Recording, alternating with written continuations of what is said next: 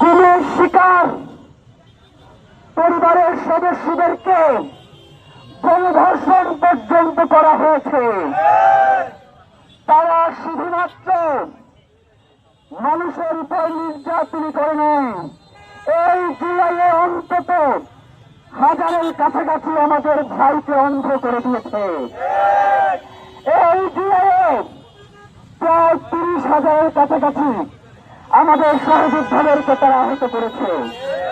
এই জুলাইয়ে 1400-এর অধিক মানুষকে তারা হত্যা করেছে।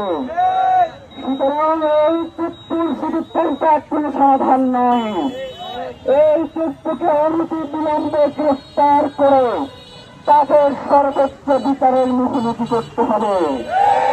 নয়তো যুক্তরাষ্ট্রপতি হওয়ার পরে যে ঝড় তুলতে চেয়েছিল, যে আক্রোশ মানুষের প্রতিজ্ঞাপন